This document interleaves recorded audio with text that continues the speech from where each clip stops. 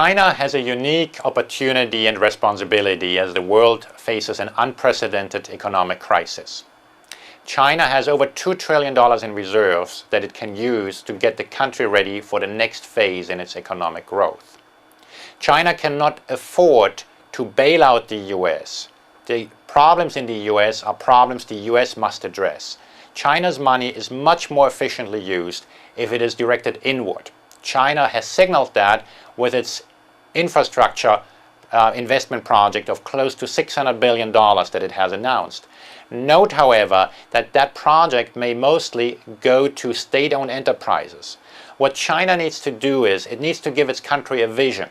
It needs to tell entrepreneurs that it's worthwhile to invest in the future.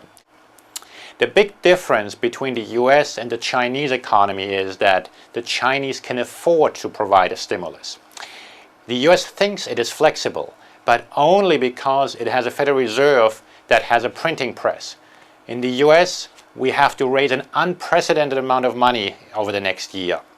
And the Federal Reserve is determined to keep the cost of borrowing low, which should be going up in this scenario. The Federal Reserve has announced that it's buying agency securities of Fannie Mae, Freddie Mac, and it's quite likely to start buying treasury bonds. What that means is that the yields on these securities will be artificially low.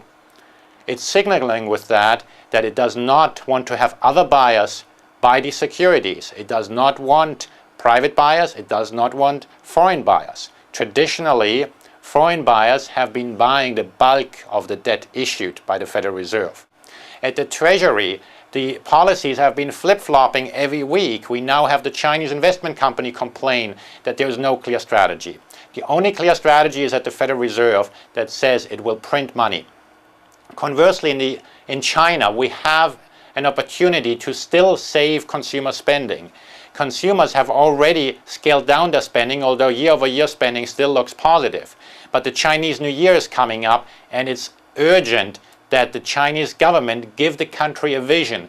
Give the country a vision that it's not dependent on the US. What the Chinese need to do, they need to focus on the high-end economy, on value-added products. They cannot save the toy industry. They cannot save the industry that's simply competing on price. In order to do that, the Chinese would be well served to allow its currency to float higher so that it has the purchasing power that it needs to prepare itself for the next phase.